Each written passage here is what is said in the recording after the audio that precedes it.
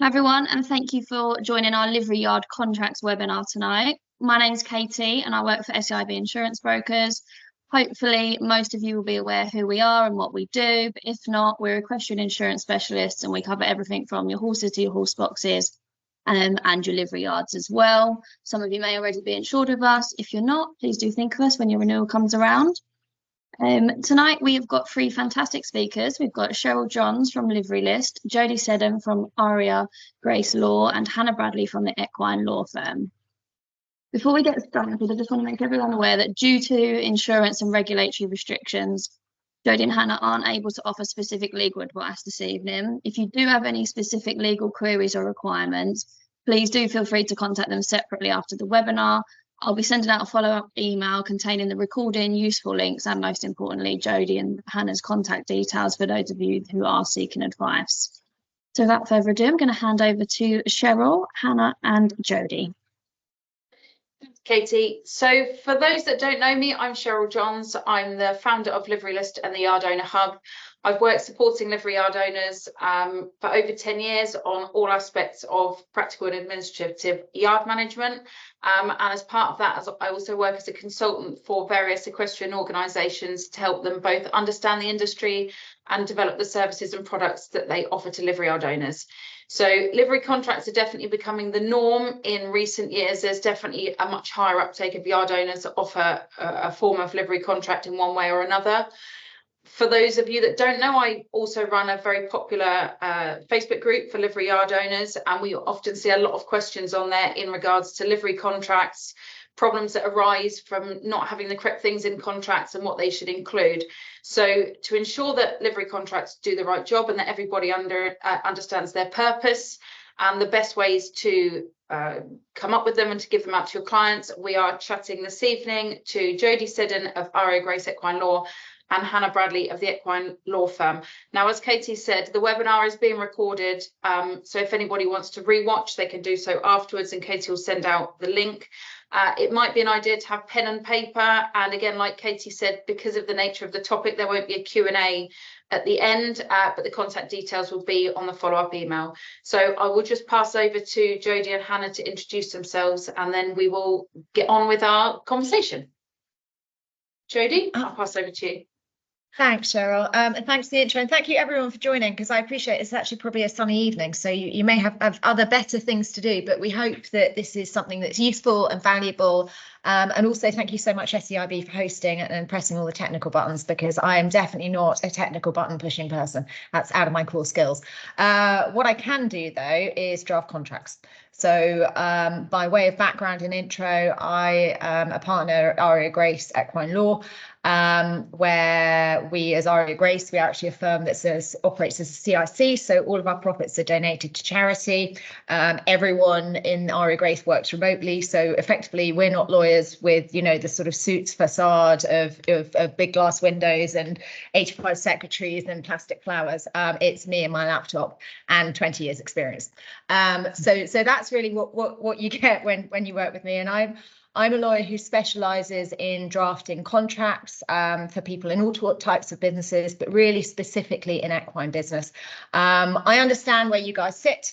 I've run a yard for many years in the UK. I've been both a sort of yard owner and a rider and a proprietor and a breeder and all sorts of other things. So really sort of we understand where you're coming from, but the real distinction between Hannah and I this evening is that I draft contracts, but I do not, as anyone who's spoken to me knows, I don't go into fights. However, Hannah does. You make me sound like the pit bull in the corner or something over here. And it's very helpful having a pit bull in a corner. Yeah, no, definitely not, but you know, can be if needed. Thank you so much, everybody. It's really great to see so many of you on here. As Jodie said, when it's a nice evening outside relatively, we're really looking forward to getting a bit more into the nitty-gritty of contracts, and hoping to give you some tips and guidance to steer you through them and help with hopefully not the kind of sticky situations which might arise for you in the line of your business. Like Jodie, I specialise in equestrian law, but slightly different. I set up the Equine law firm back in 2018 after being a general kind of commercial litigator. I have a lifelong kind of background and interest in horses. Now I just do equine litigation, so that might be people like you running yards, or horse owners and trainers and riders, from kind of your family friend horses up to Olympic level horses. So a really wide range of disputes, but all around horses. That's me. So yeah, over to you, Cheryl. Okay, thank you. So if we start from the very beginning, a lot of livery yard owners tend to not opt for contracts because they're not entirely sure what they could include. So what exactly should be contained within a livery contract, and how detailed should they be, and what would the main points be that a yard owner needs to cover within that contractual document? So if I pick this one up first, I suppose I've seen livery contracts of all sorts of different approaches with detail. I've seen some which basically say the horse lives here, I need some money, and some which sort of go down to the nth detail of, you know, sort of you will sweep the shavings every 5th day with the root brush on the eighth hook down. And the reality is that everyone's model is slightly different. But what do you actually need in there from a legal perspective? You need what the bargain is, what the deal is that you're encapsulating. So you need to be clear about what services you're providing. Now, you know, the actual detail of exactly how you deliver the services is maybe not required, but what you're meant to do on a day-to-day basis. And the standard of service, that's quite important, just to say that, you know, you are a professional livery yard, and this is the standard we'll provide services to. Next, most important one, payment terms. So, you know, while you set out your services, tell them what you're going to do, you also make sure you get paid. And payment terms should include things like interest provisions and also no set-off clauses. So if there is a dispute around money, you still get paid until the dispute's resolved. Notice or termination rights. So, you know, your ability to say, well, you know, if someone has I don't know, someone has an almighty strop because the shaving sport moved 5 boxes down and decides they're leaving with all of their horses that day, at least, you know, you can say, well, that's lovely, but you've got 4 weeks notice to pay and I will be pursuing you. The other part of things I like to see insurance. You know, a livery contract is about, or any contract is about, balancing risk between the parties. And it's important to ensure that, you know, sort of, while you obviously need to have your insurance and your correct insurance for what you do, whether that's sort of DIY and it's more general third party, or whether it's, you know, sort of care and control because it's a more sort of all-round service. It's also really important to make sure that the owners of the horses have their own third-party liability insurance up to a certain point. And equally, if you accept people teaching on yards, it's important to make sure they have their own professional cover for their activities and so on and so forth. Hannah, what have you seen in terms of things where big gaps you've seen in contracts? I mean, from your perspective, starting out drafting, I think that's a really good summary. Me looking at things pessimistically, and, you know, I tend to come at these contracts from a position of when it's gone wrong rather than kind of preventing things from going wrong. And one of the things that I go to look for immediately, particularly if I'm defending a yard owner, if an issue has arisen, such as, you know, an injury of a horse or something like that, is whether there's any kind of limitation on the yard owner's liability to their client. That's something which can be extremely helpful and extremely valuable. But it's also something that can be quite tricky to kind of get right, because, you know, what we can't do is put a kind of absolute sweeping, we'll never pay you anything no matter what we've done and how bad we've been.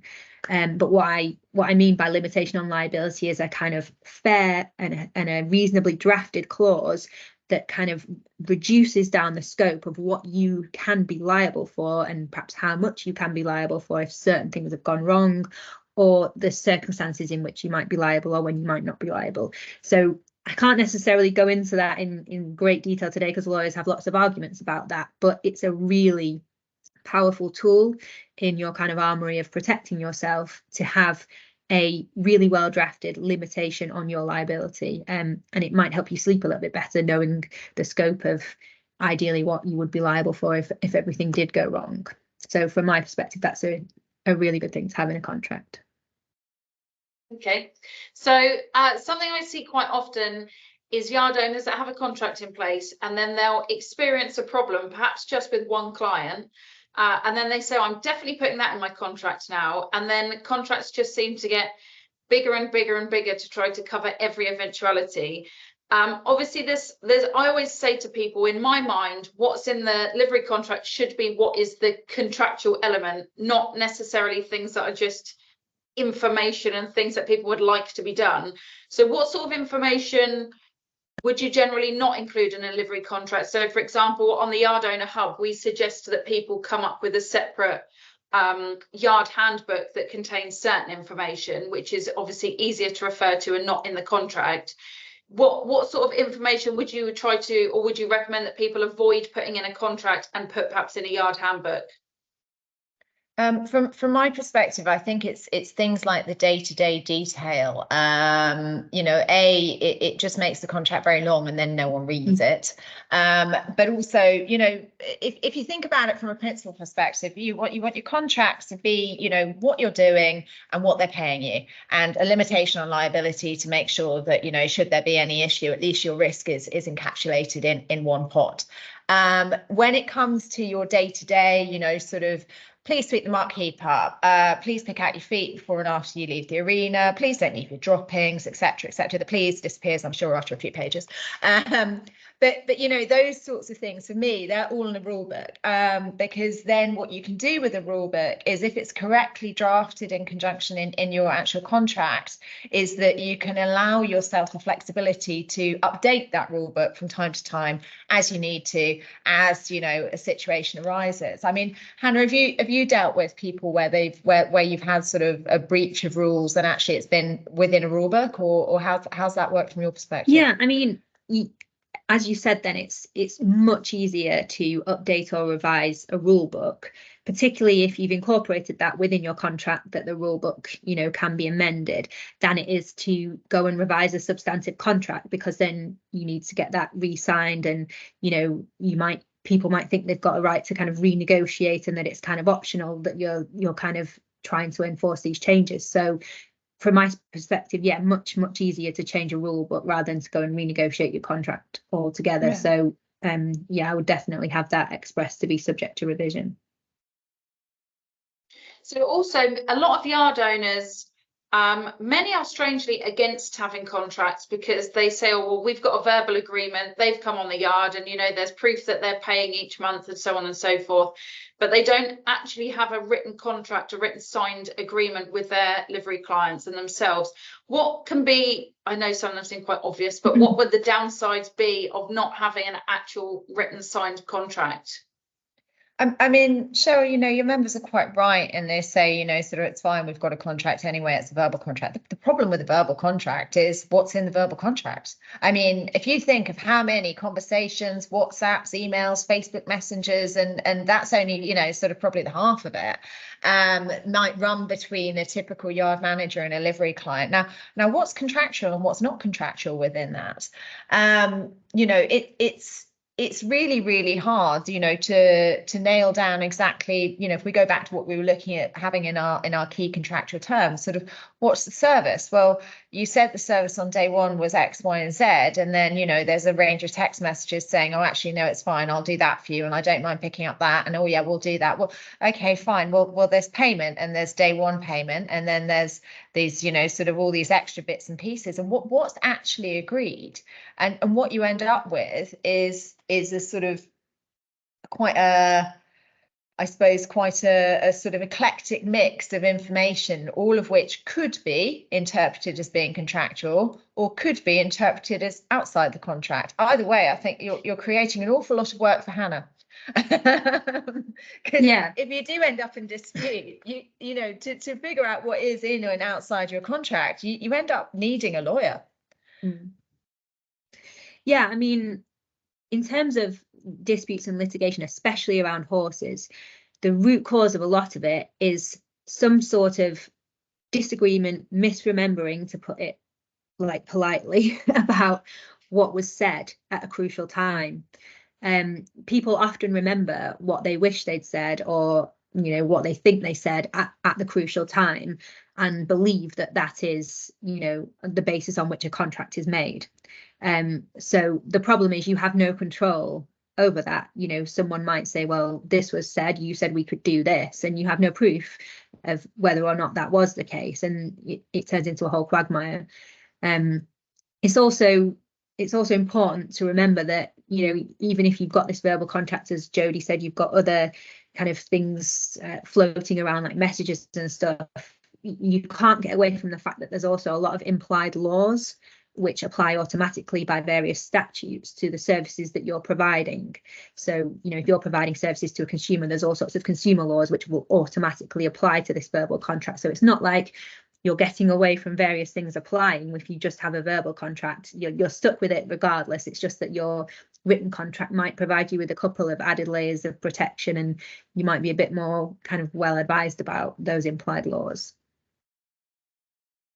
So coming to you, Jodie, now, you know that we've got lots of template contracts on the Yard Owner Hub because you've very kindly gone through them all and checked that they're all compliant to a point. But obviously on the hub, I'm very cautious to say to people, they are templates, yes, but the second that you perhaps change one thing, it makes it completely useless. And it's not a case, because they're obviously not just available on the Yard Owner Hub. If you put into Google template livery contracts, there's a multitude, some from law firms, some from places like the British Horse Society.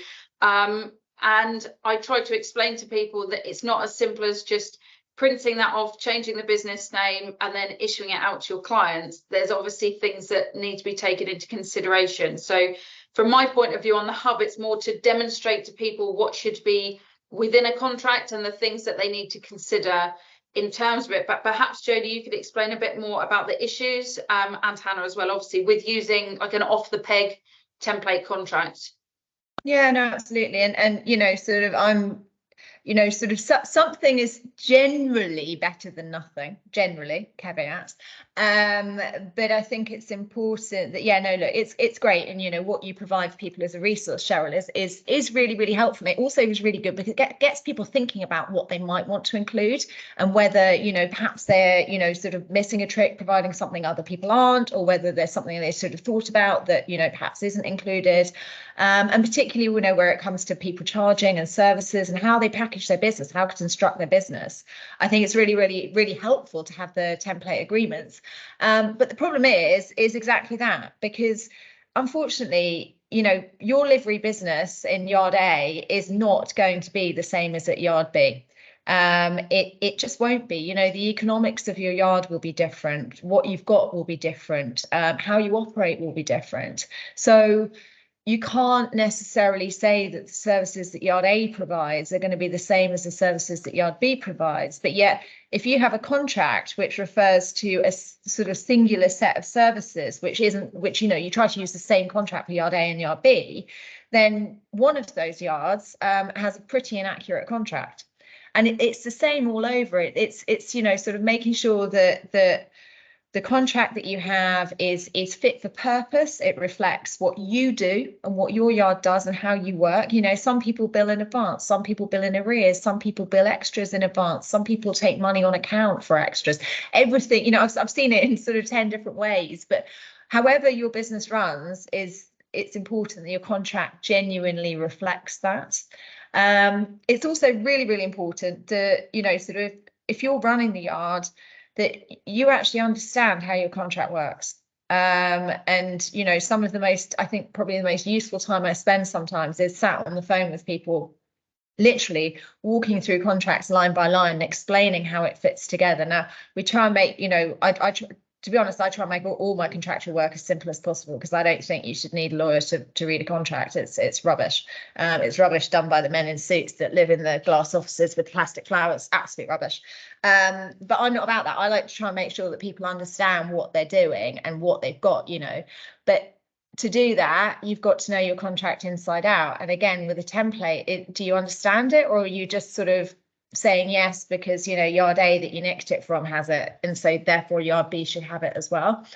So it's really important for me that, you know, sort of, while it's a really good exercise to look at what other people do, actually, when it comes to what you're doing, you're really, really clear about making sure it's bespoke to what you do.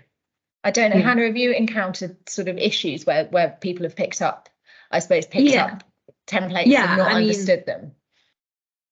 Not necessarily in this exact context with a yard owner, but very often with sales of horses, I'll see a contract and think, oh good, this is, you know, there's going to be something here for me to go at, and then it just falls, you know, short because it's perhaps not been drafted with this situation in mind. But you know, one of the big issues with a lot of the contracts that are available online, they might have been prepared by a very competent lawyer, but a lawyer can only do so much because they don't know what they're actually preparing it for. And also a lot of them online are from, you know, America and other places like that, and you don't actually know what you're agreeing to if this contract has been prepared with American law in mind. And, you know, I couldn't advise you on that, Jodie couldn't advise you on that. We have no idea what the implications of that kind of drafting might be, and then you might be merrily signing yourself up for it with a kind of totally different set of laws and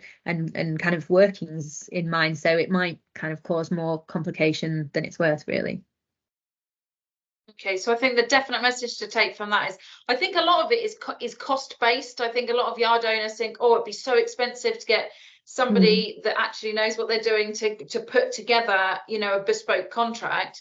But I think the takeaway message is that you can't just take one and print it out and that be it. Even if you're going to use a template, you still at least need somebody to review it and check that it's fit for purpose. I mean, I can vouch that 12 months with me going through a pretty grubby piece of like hard fought litigation is more expensive than a week with Jodie reviewing a contract. That's not because I'm expensive, it's because, you know, litigation is a lot kind of more labor intensive than a contract review. No, I think you absolutely nail it, because, you know, sort of litigation, any kind of dispute, not only if you got the expense of highly expensive Hannah, but actually I think the thing that's sometimes underappreciated is, if you do get into disputes, is how much it takes out of you personally. And you know, sort of that's your management, both in terms of time, it's your management time, you know, sort of time when you could be best spent doing other things, but also it's, I don't know, I think it can be quite distressing, and particularly in this environment where you've got, you know, a yard manager, a yard owner, and a livery client, and there's a dispute ongoing. It's quite toxic, and it's sort of, I think it tends to eat away at people a little bit. So, and there's often like PR implications as well, and you know, it's not ideal, is it, for anyone? No, and you know, we do try to work on a, you know, sort of sensibly priced basis. You know, no one's signing up to highly expensive fees where I'm concerned. It's just not how we operate. Yeah, I think it's going back to that old adage of prevention is better, or perhaps less costly than the cure. So when Livery Yard gets a new client come in, I quite often see yard owners that are stressing that they've given new clients a livery contract, they've issued it out, they've given them all the gumph, they've asked for all the information, and it's just not returned, and they're chasing for it. And then people put on the Facebook group, you know, when should I be chasing? What are the implications if they don't return this? I've obviously presented the contract. They've got the contract, they've kept the horse on the yard, but perhaps maybe a week or a couple of weeks, or sometimes actually it's a couple of months after, people realise that they've not had a contract return. So what are the implications if you've got a client that doesn't return a contract, and what is the best way for a yard owner to deal with getting livery clients like that to return them sooner rather than later? Yeah, no, well, look, I think people need, you know, if you've bothered and you've got your own contract and you've made sure everyone's signed up and dealt with consistently, the minute you've got a verbal acceptance, that contract goes straight on an email and straight to the new person who's joining. And I wouldn't hold back on being fairly sort of aggressive, wrong word, assertive, there we go, I'll go with assertive, being assertive about making sure it does get signed. You know, leave it a week, okay, right, I haven't had your contract back signed yet, do you want the stable or not?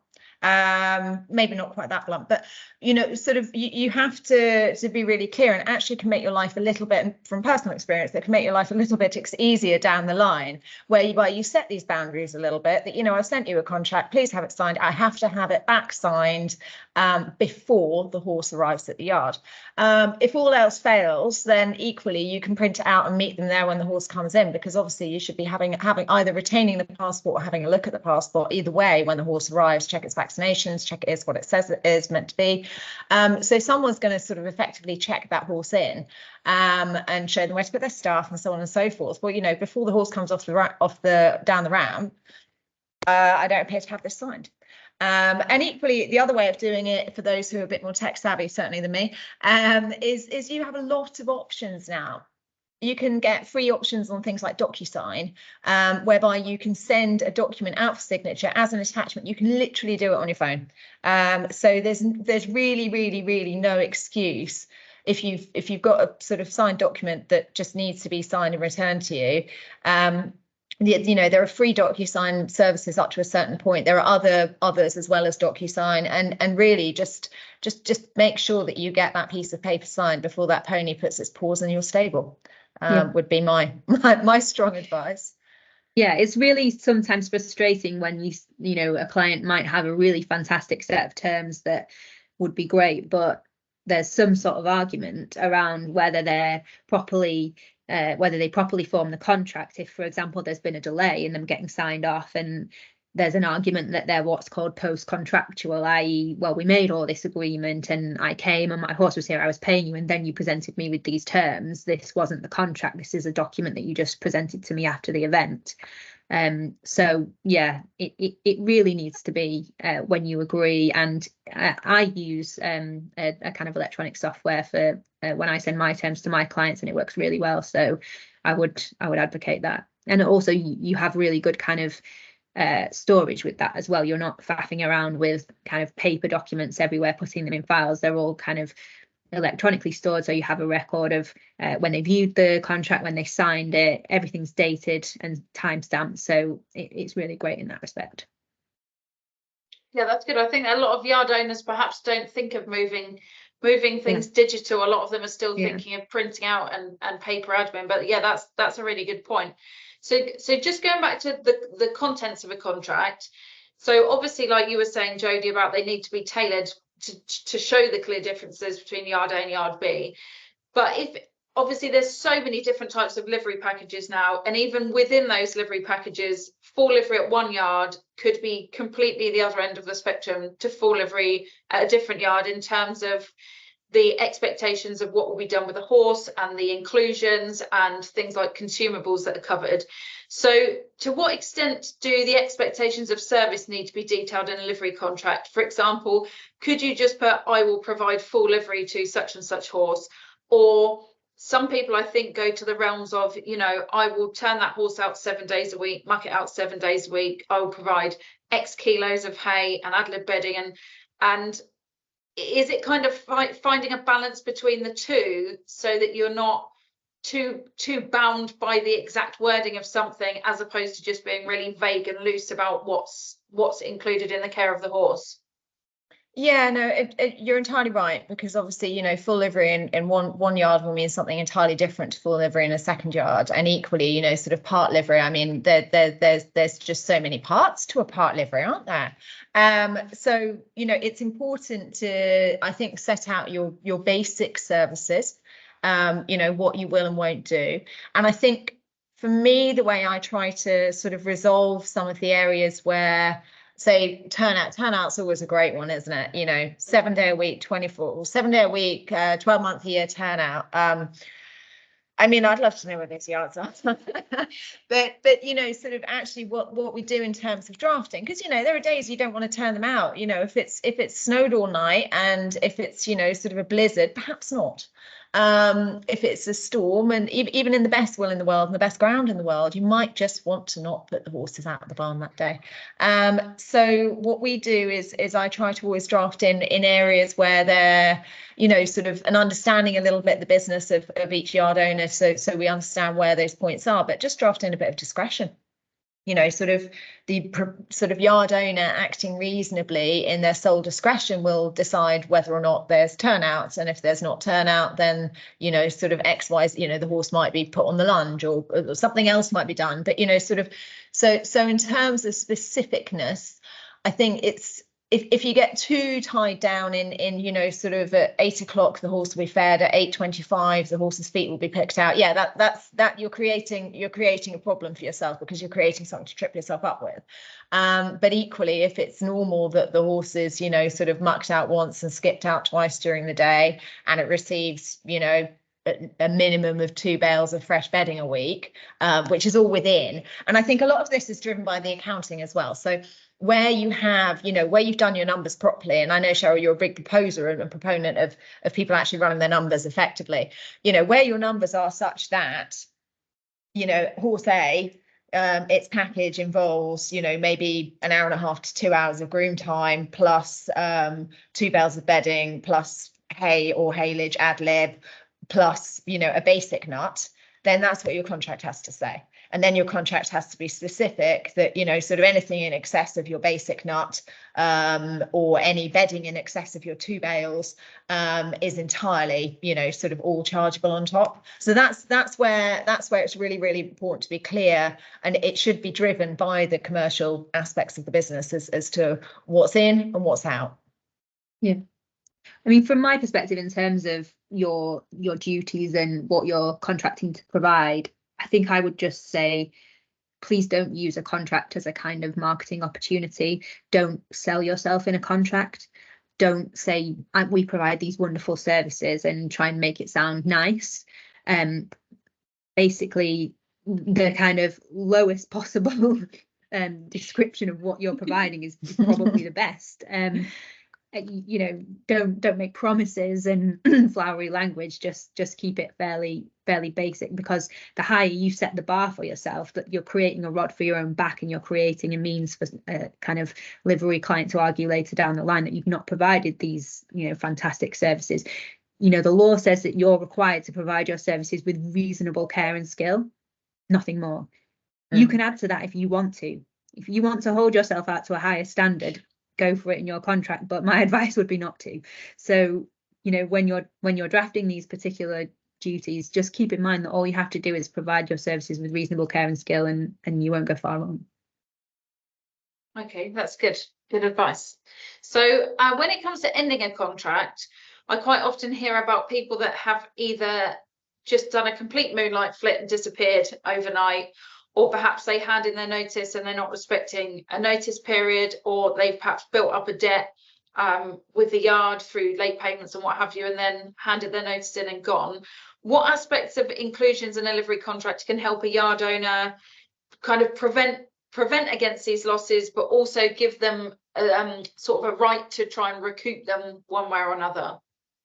Yeah, no, so this is really, really important stuff. You know, this is the bit of your contract that you need to know inside out and back to front, because this is where you get paid. Now, what you need in your payment terms is obviously an obligation to how much you get paid and when.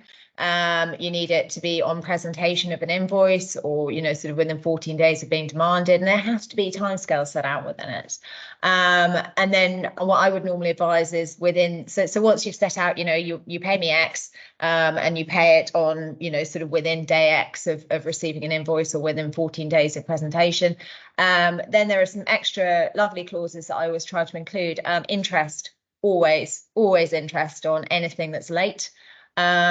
If you then also include costs of recovery. So if you are forced to spend money to seek a repayment of any kind, of any money that you're owed, it's not a repayment, it's an actual payment, then that money you can also add to the debt. That's a nice clause to have in there. No set off is one I particularly like, because it means that, you know, even if you are disputing about, say, a payment around January, so, you know, sort of everyone's locked in a tussle about whether, you know, the horse was clipped with its head on or head off in January. So everyone's arguing over 30 quid. It happens. And it's now May. You know, what you don't have is if there's a clause which says no set off in it, is that you don't have the client refusing to pay between January and May because we're still arguing about 30 quid in January. They're still obliged to pay each month. and you can argue about the 30 quid when you've got 5 minutes.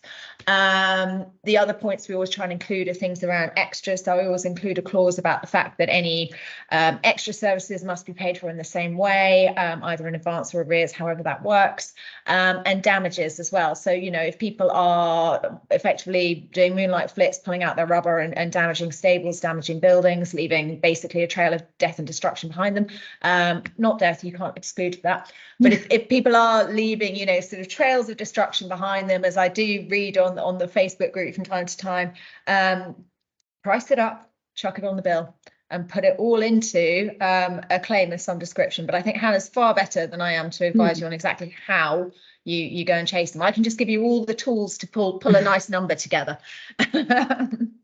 Yeah, so I think pursuing someone who's done a moonlight flit, it's something that's obviously possible, but it's also a decision, a commercial decision and a decision of proportionality that you need to decide on a case-by-case basis whether you pursue. Using something like the government online system called Money Claim Online is relatively easy to do. It's kind of designed for somebody without legal training to use, and you just need to kind of register for an account, and it's all very kind of just next step, click, click, click. So you don't need legal training, and that's probably a good way to go forward if you're looking at making a recovery. You can instruct a solicitor if you wish to, and I think it depends on the level of the debt and how important it is to you as to whether that would be something that you feel you want to invest in or whether it's proportionate to do that. But I think, yeah, overarching, don't make decisions about pursuing funds based on a kind of hot-headed, passionate decision. Look at things a bit more coolly and think, is it worth my time, my energy to be pursuing £100 worth of debt, you know, from someone who's a bad payer? Do they have the means to meet this at the end? Am I going to be able to enforce it even if I do have a county court judgment, or will I just have a piece of paper saying this person owes me a bit of money? So yeah, I think I'd keep that in mind as well as the practical steps of how to do it. Yeah, because you know, sort of even putting in a small claims is there are fees involved with that, aren't there? Yeah. And on top of that, you are again straight back to your contract, because if your contract's good, then you at least have things like solid, you know, sort of residential information. So hopefully you can hunt them down and find them. And also, you know, I think the first thing that last time I helped someone with a small claims point was, you know, the first thing I ask you is effectively to sort of, what's your proof of being owed the money? And that's where, you know, sort of your smart yard owner is straight in there with, well, there's my contract, there are my invoices, and I haven't been paid them. So you know, sort of where you've invested in your protection up front in decent contractual terms, I think it's probably a bit easier to then pursue the debt, because you've kind of got half of your admin done for you. Whereas I'd imagine if you're on a sort of verbal contract week to week, you know, sort of agreement to agreement, then if you've then got to try and put that together and put it into a small claims court, though that's quite a lot of work to do. Yeah, it's messy for sure. Yeah. So on the topic of reclaiming monies that might be owed, I see quite often it's a bit of like an urban legend actually with some yard owners, the ability to retain horses or things to cover costs, because some people say, yeah, we've got this in our contract and we've successfully done it before. Other people don't have it in their contract, and then the question crops up if it's possible, and then you just get the really sort of passive aggressive yard owners that are like, well, the horse can definitely leave, but I'm going to padlock its stable or its field gate until they've paid the money. That does things like that crop up quite often.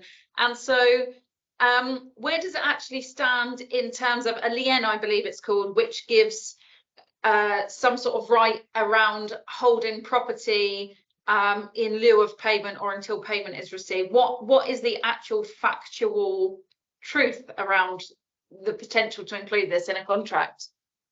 So liens are I honestly think I come across them on the Facebook group more than I ever do in actual practice, in actual legal practice. I think, you know, sort of in most other sort of contractual work, they're sort of not really, they're a little bit, I suppose, dated. They're not things that people tend to use as much anymore. The really important thing is that you have a lien that can be contractual, so it's written into your contract, and you also have things called common law liens that Hannah will talk to you about. She knows far more about them than I do. But the biggest thing from a contractual lien is it might be structured sensibly in such a way for you to, sort of either, hold on to the horse or hold on to goods or whatever until you're paid. But where I think this really falls over is that there's no automatic right to sell. So you might be hanging on to, you might have a bill outstanding and be mildly irritated. You can see 10 grand's worth of tack in the tack room. And you can stick all that tack potentially under, if you have a correctly drafted, appropriate contractual lien and you've fulfilled all the requirements to get to the point where you can make that effective. And that in itself isn't straightforward. That's probably a scenario you'd want to take advice in. But even when you've got it and you've got your padlock on your saddles, you can't sell them.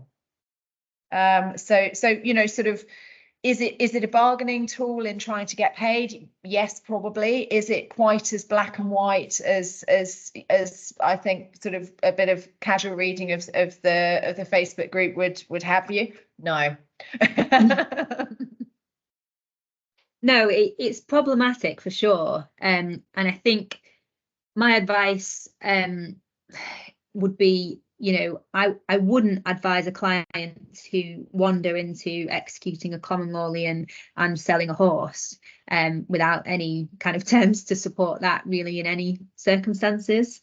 A client might do it with my advice, but my advice would be with a strong health warning, because there's a lot of pitfalls, and if you get it wrong, if you go off and sell this horse at an undervalue or you've done something like that, you would end up with a much bigger and potentially stronger claim against you for not doing this right. So yeah, I mean, and the practicalities of it as well. Do you really want to detain a horse and have the kind of responsibility for keeping it, the cost of keeping it? What happens if this horse injures itself whilst you've detained it? It might not be your fault, but there's this awful murky area where it's there because you've detained it and it's injured itself. That's not great. So practically, I think they're more of a threat than a helpful tool to really be paid. Helpful to have the right to do it properly in your contract, because it is a nuclear option, and I'm sure a lot of livery yard clients really would not like the threat of that. But in terms of executing it, I think practically they're problematic, because I think you need appropriate safeguards in there in terms of how you sell the horse and whether you have the horse valued and how you account for any funds. So yeah, I think it's wise to having a contract, but whether I would be telling people to go ahead and do it all that often, probably not. Yeah, I think the point of what you're saying is, obviously, if you have a good contract and you're strict and firm on the inclusions of your contract and not letting people get to the point that they owe you money, then it's a lot easier. What sort of documentation can yard owners take in terms of when a new client comes on? I always say to people that it's very easy for them to come on and they think, oh, I'm looking after the horse. And then you often see, this person's owed me money and I was going to do a CCJ, for example, but actually I found out that's not their real name and it's not their horse, and that I don't have any idea where they live. So what sort of documentation can yard owners take in terms of assuring who it is they're actually dealing with in terms of their livery clients? Well, I mean, sort of you need, when you start out your contract, you need effective contact details. So I'd always ask for a residential address and for an email address and for a phone number. And if you've got anyone where there are any kids involved or anything like that, the kids shouldn't be signing contracts, but equally to make sure that you've got, and often, actually, it's one we often put in a disclaimer scenario as well, as making sure we've got emergency contacts. So that's often one that we put into a yard contract as well, is just making sure that we've got, a contact number for someone should someone, do something silly, trip over and head up a brome or whatever it might be and feel a bit dizzy. But that's all important. The other part of paperwork that you should always pick up as well is the equine passport. If you're providing any more than DIY services, you actually need to make sure that you should hold that passport. And if you don't hold it, because say for instance you're a competition yard and people are busy coming and going and doing their thing, and you don't really want to get up at 5 in the morning to hand over a passport, let's face it. You know, what I've done with that is we've had written indemnities covering that specific issue, so that, you know, effectively if there is a risk and scenario around where the horse passport is, that's a risk that's borne by the client and not the yard manager themselves. But I think, you know, in terms of you know, sort of actually, you know, trying to find more information about people, I think that's a little bit problematic. I don't know, how do you find that, Hannah? Yeah, I mean, it's almost impossible to sue somebody if you don't have their correct ID, kind of name and address. You need a residential address to serve a kind of county court proceedings, so it's a non-starter if you don't have it. You know, you can ask to see ID or some sort of proof of address when somebody's coming on, but you need to be quite careful in terms of handling personal data because of GDPR, etc. So, you know, if you go to the levels of checking that, maybe you literally just ask them to show it to you and don't retain it, just so that you can evidence it. But, you know, if you are retaining records like that on your file, you just need to make sure that you're aware of your data controller obligations in that respect. So yeah, but definitely verify it. Okay, so if a yard owner wants to change their prices or the terms or inclusions of their contract, does the yard owner need to completely reissue the contract, or is there a way that just a simple change can be agreed? How should a yard owner best go about notifying of these changes in terms of sort of the way that the people are notified, or a period of time before these changes take effect? Yeah, I mean, so where we discussed earlier around notice periods and you know, sort of the ability to, you know, expressly change things within your contract, I try to always include a right for people to increase pricing, perhaps year on year, or, you know, in line with inflation or whatever it might be, or just a right to increase on an annual basis. So it's you know, it's already accepted within the contract that will change. Notwithstanding, you need a notice period and it needs to be written. Now, written, depending again on the terms of your contract, can include email. That's not a problem, provided that your contract accepts email as an acceptable form of notice, and provided you've got up-to-date email addresses, obviously, as well. But really, the rule of thumb is that where you do need to put through pricing increases is provided you've provided for the ability to do that in your initial contract, then you give a notice period, it's in writing, and your notice period should be either the same length as the notice period for any termination, or it should be longer. It absolutely shouldn't be shorter, because the thing is, if you know, if you turn around and you say, you know what, Jodie, your pricing, you know what, we're going up, we're doubling next week, and that's effective like next week, and I can't pay it, that's you know, fundamentally unreasonable to increase the pricing with a shorter period of notice than I would be required to give if I wanted to leave. So you have to look at it from the perspective of if your clients were unhappy with the price increase, they have to be able to give you notice sort of within a couple of days and leave without paying the price increase. And if the period is deemed to be unfair, then you potentially lose the right to increase at all if that whole term is unreasonable or unfair and kind of vulnerable to be struck down. So better to draft a term that's more fair and reasonable and not have it subject to a kind of challenge. Yeah, and if you're looking to change the terms of your contract more generally, then that's both you know, sort of you need to reissue the contract, notify people, and then everyone needs to agree. So each of your clients will need to agree to the amended contract, because you can't issue a contract which has an inbuilt right to sort of amend any terms when you feel like it, because then you're into a world of slight unreasonableness. So really it's important to ensure that your contract that you go out with, that you have signed, is you know, sort of well thought out enough to make sure it covers majority of your eventualities, and the areas where you know things will move around from time to time are always going to be money and, you know, sort of realistically rules, which broom, which bucket, which do, which don't, what time can you come in, what time do you need to be gone by, that kind of thing. So where with both of those, what we do is draft in an explicit ability to amend those. Yeah, I definitely think around the price increases, having that built in, the option to increase prices is a great one, because so many yard owners, they just are really blasé about the fact that they've not put their prices up for 3 years or 5 years, and then they kind of don't really know how to start. So if you've already got it in your contract, that's half the job done really, and it makes it a lot easier to kind of broach the subject when the time comes. So if you have an issue with a client that relates to something in the contract, so for example, perhaps they're not meeting their side of expectations that are mentioned in the contract, or they're making late payments, how soon should action be taken against this, and what is the best way that a yard owner can kind of nip any problems in the bud quickly and effectively, most importantly? This is perhaps my kind of field more, isn't it, Jodie?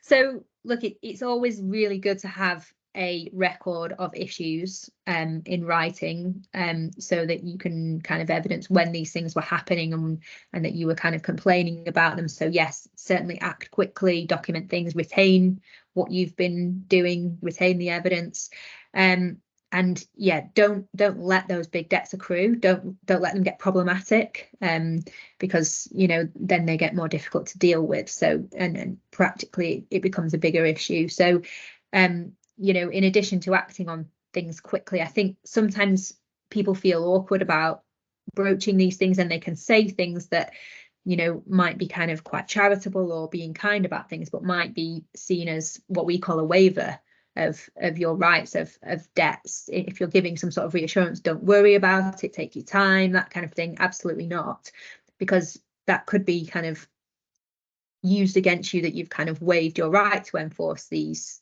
kind of debts. I mean, Jodie, contractually, is there anything you do about those kind of waiver issues that I've just talked about? Yeah, absolutely. The one thing I'd always try and include, and it's in this sort of back end of the contract, the legal bit, like the legal gubbins at the back, which no one can read, is a very, very useful little clause called a non-waiver clause. And it basically says that, sort of, if I as the yard manager, maybe, I say, don't worry this month, take another 10 days, it'll be fine. You can pay me in 10 days. That's good. And then do it again the second month. Oh, don't worry, it's fine. Now I can take it a week late. It's fine. I understand. It's not a problem, not a problem. And then on the third month, you kind of lost your sense of humor and you really want paying. Having a non-waiver clause in there means that actually, you can go back, you can say, no, look, you were late the first month, late the second month, you're late the third month. Now, we really need to sort this out. If the livery says, well, look, you didn't mind on month 1 and month 2, it wasn't a biggie. Your non-waiver clause gives you the right to go back and say, not regardless, I didn't waive my legal right. I did not waive my contractual right to be paid on time. So no, it does matter. And yes, I will be paid on time moving forwards.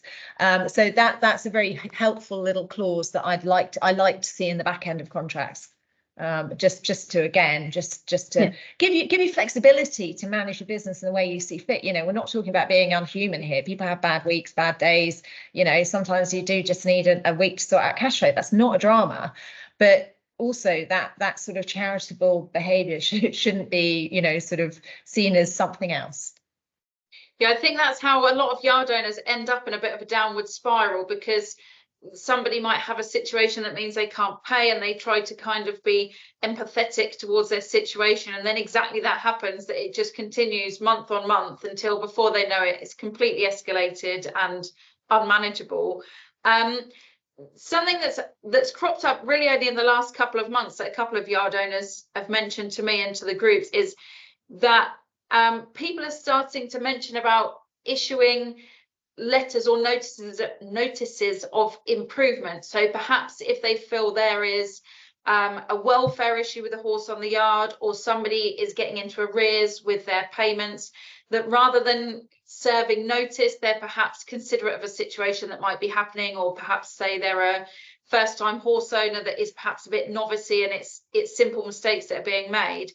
Is there actually any standing to issuing a letter out like this and giving somebody, for example, 30 days to bring their horse care up to standard, or 30 days to bring their account, balance back to zero? I mean, I think we're looking at sort of two slightly different sort of contractual terms here. In things like your payment terms, everything sits with your payment clauses and with, you know, sort of your contractual rights at the point, you know, your invoice is payable on either 14 days or 30 days, whatever it might be, that your contract is written in such a way that should all be fairly fixed. And then if you're then serving warning notices after a debt, then that's all fairly helpful, because you have the debt encapsulated, because you have the contract, you've done the services, you sent the invoice hasn't been paid. You're in this kind of system there. But where you're talking about, I suppose, almost a bit of an HRE version of performance management, if you will, you know, that doesn't have the same contractual foundation to it. So it's helpful to document it. It's, you know, it's I suppose it's thinking on it. It's a way of showing that you're performing your services with reasonable care and skill. But does it change anything? Will it, you know, at the end of the day, if you want them gone, you're still on your contractual notice period. I mean, I don't know, Hannah, have you come across any scenarios like this? I mean, in terms of like legal standing with these kind of things, I don't think a letter like that would have a kind of strict impact in terms of any kind of legal requirements. If you're talking about enforcing a debt or some kind of breach of contract, there are some kind of specific court rules in what we lawyers call the pre-action protocol to follow, and I'm sure you probably have a resource on LiveryList for what you need to include in what we call a letter before claim for the court. So a kind of general improvement notice probably wouldn't fulfill those specific requirements in terms of showing the court that you've kind of complied with those rules. I don't think that kind of thing generally hurts to do. The only thing that I would say is that, for example, with things like termination, it's black and white. What is going to hurt is if there's equivocal correspondence, like we would quite like this stable back, we would like you to improve, or we'll ask for the stable back. Or what you don't want to see is any correspondence that creates a question mark over when they were asked to leave, if they were asked to leave, was it conditional, did they improve, did they not improve? You know, if you want someone to go, you need to serve a very clear notice of termination. So yeah, helpful to use for improvement and that kind of thing, but perhaps not around things like termination.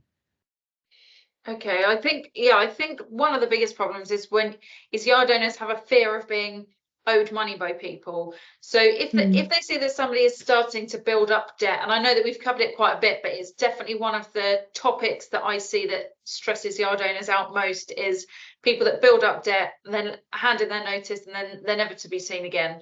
As soon as a yard owner starts to see that a client is perhaps having difficulty paying, whether through naivety or intention, what is the best and most cost-effective course of action that a yard owner can take to try to amicably resolve it? Because obviously if the horse is happy and the client is happy and it's literally a financial thing, just by it being made a bit awkward and then notice being handed by one or the other party, it kind of really makes the situation a lot harder. I mean, from my perspective, as someone who is a court user, there are absolutely huge delays in all of the county courts, meaning that it's an absolute pain to litigate to recover money. So it's something to do as a last resort, and of course you should do it if there's no other means, but a kind of negotiated agreement with a kind of bird in the hand is going to be quicker and probably cheaper, depending on if you're kind of taking a bit of a hit on what is owed.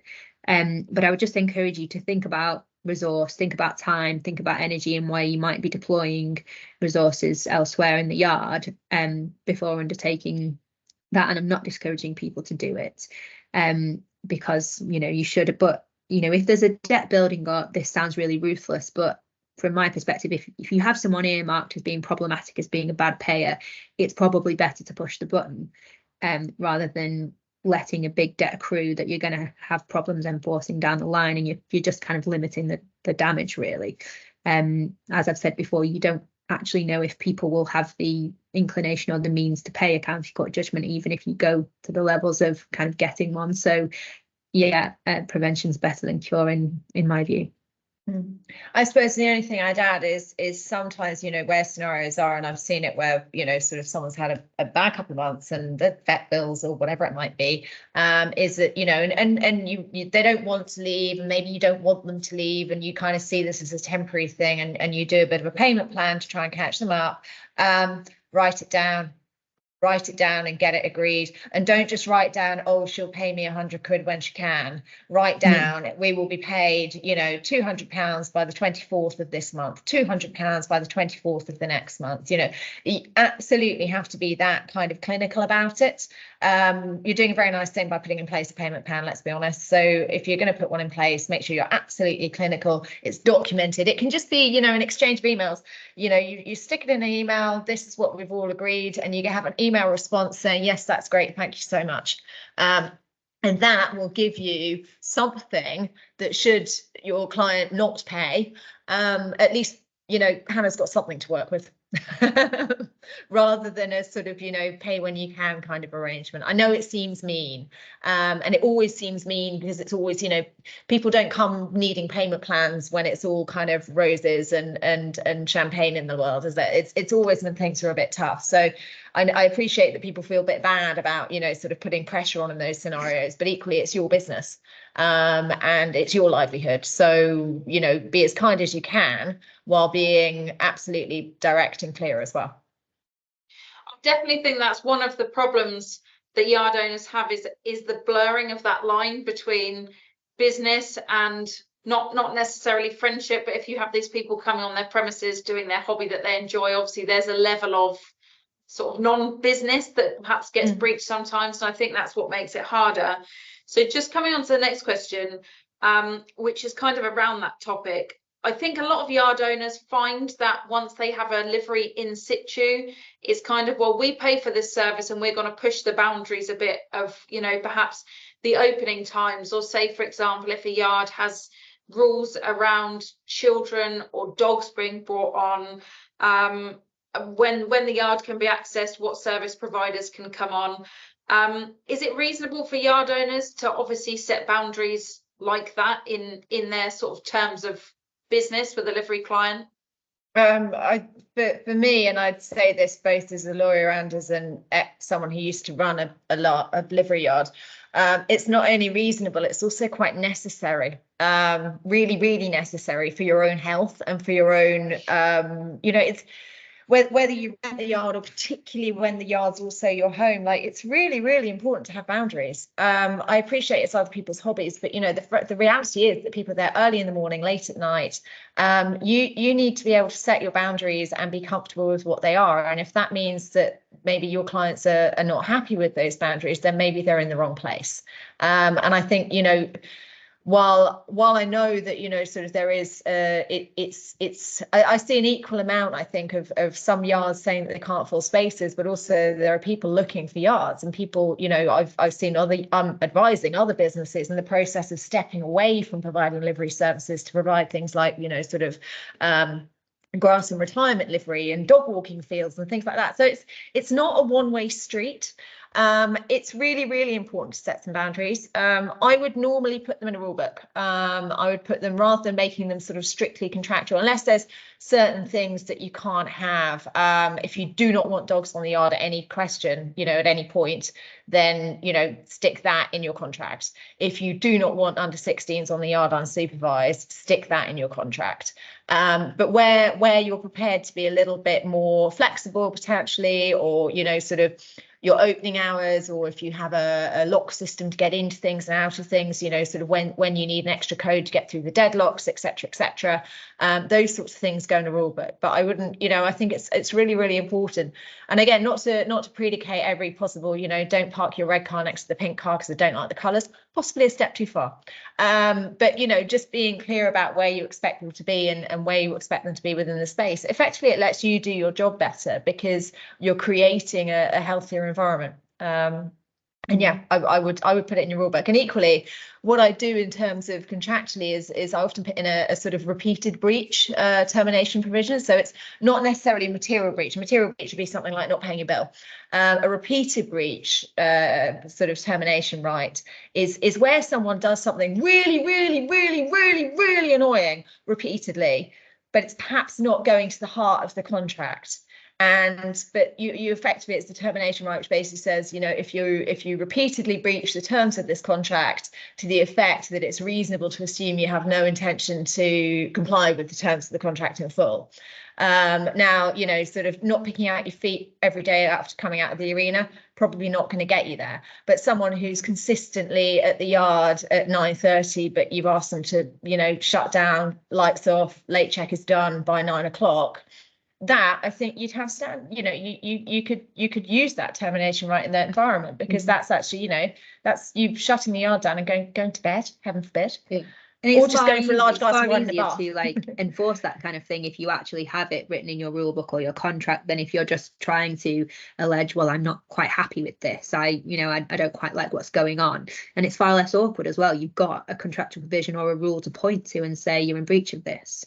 This is not me being an unreasonable yard owner. You signed up to this and you're not agreeing to it now. So it's far easier to deal with it in that way, I think. There's probably quite a few yard owners that are thinking now they might immediately want to put that in their livery contracts. So again, with things that you can put in a contract, should a yard owner, or can a yard owner have contractually in their terms that horses on the premises must have third-party insurance? Because I see quite often yard owners saying that they try to enforce things like this, and the horse owners say, oh, you know, it's fine, we don't have that horse insured, but can we still come on the yard? But is a yard owner within their right to stipulate that horse is insured when it's taken on as a client? Yeah, absolutely. And you sort of it, and I think what people sometimes often forget or don't realise is if they're working with any kind of the affiliated bodies, even if there's sort of BHS membership, I think has an insurance associated with it. Certainly things like British eventing, British dressage, British show jumping, all have a level of third-party liability cover for horses that are registered with them. So, you know, a lot of horses will have it, but the owner might not realise. It's absolutely within the scope to require that's there. And also, you know, you can require a copy of the certificate or require a proof in one way or another if you want to. You know, I've seen yard owners look for that and ask for that, and it's perfectly reasonable and acceptable. It's probably appropriate as well to ensure or stipulate that it has to have an appropriate level of financial coverage as well, because some of the devastating kind of claims that we can see from accidents relating to horses can be quite kind of high value personal injury claims of, you know, millions of pounds. So it's appropriate to ensure that there's an appropriate level of coverage as well as having coverage in place. From a yard owner's point of view, in terms of protecting themselves against being held liable for injury or damage to a horse, so perhaps it's just in the course of caring for the horse, something happens to it in the field, or perhaps if they have, for example, just schooling or exercising as part of their livery package.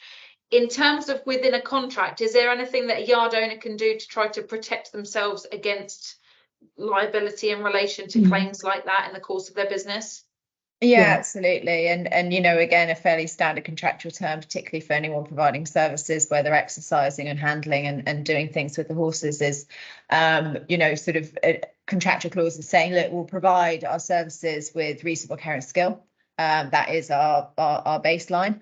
But actually, you know, should the horse be injured during the course of provision of services, you know, we do disclaim liability in that respect, unless it's negligent.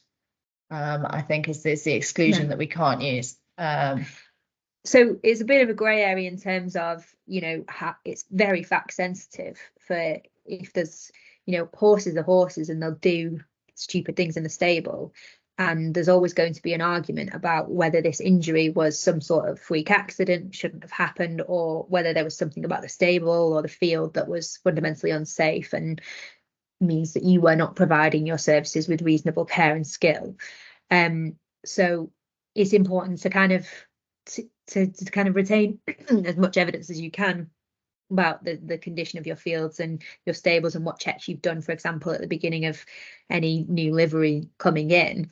But you know, sitting behind all this, a decent policy of insurance for a yard owner should provide some level of coverage as well for claims like that, for horses being injured or tack being damaged, etc., if ultimately you are going to be held liable for it.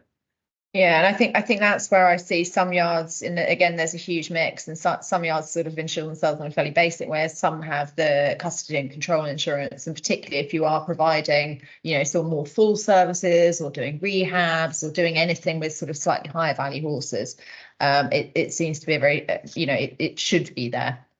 And again, to harp on about the same thing, but making sure you have appropriate per claim kind of amount on there. If you're working with high value horses, a lot of insurance policies are capped at a certain amount, so you need to make sure that that cap's high enough for the value of the horses that you're dealing with. Yeah, if anybody that's watching this webinar hasn't seen it, we actually did a really useful one with SEIB a couple of months ago, which covered everything like Hannah is mentioning about limits, because obviously some people just look price versus price and don't actually look at the inclusions and the limits, where it's again, it's prevention's better than the cure, or cheaper. Okay, I think we've covered as much as possible. I think we've done a good delve into livery contracts. I know that a couple of questions popped up, and I think that possibly we kind of covered them as we were going through, but like I say, if not, Katie's gonna just have a quick word about that now. The links for resources are on the Yard Owner Hub. There's all sorts of things on there for practical and administrative yard management, and obviously if you want to speak to Hannah or Jodie direct, then Katie will send the details to you. So thank you, people, for giving up your Monday evening, and I hope that we haven't waffled on and bored you contractually too much. And obviously thank you very much to Jodie and Hannah for giving up their time and their expertise to answer my questions. Right, I will pass back to Katie. Brilliant. Just want to say a massive thank you from me and everybody at SEIB, and thank you to everybody who joined us this evening. As Cheryl mentioned, I will be sending out a follow-up email which will include links to resources on the LiveryList website and the Yard Owner Hub, as well as the recording and Hannah and Jodie's details as well. So for those who did have specific questions, please do get in contact with Jodie and Hannah, and they'll be more than happy to help. So yeah, we'll bid everyone good evening, and thanks again. Thank you, ladies. Thank you. Thank you.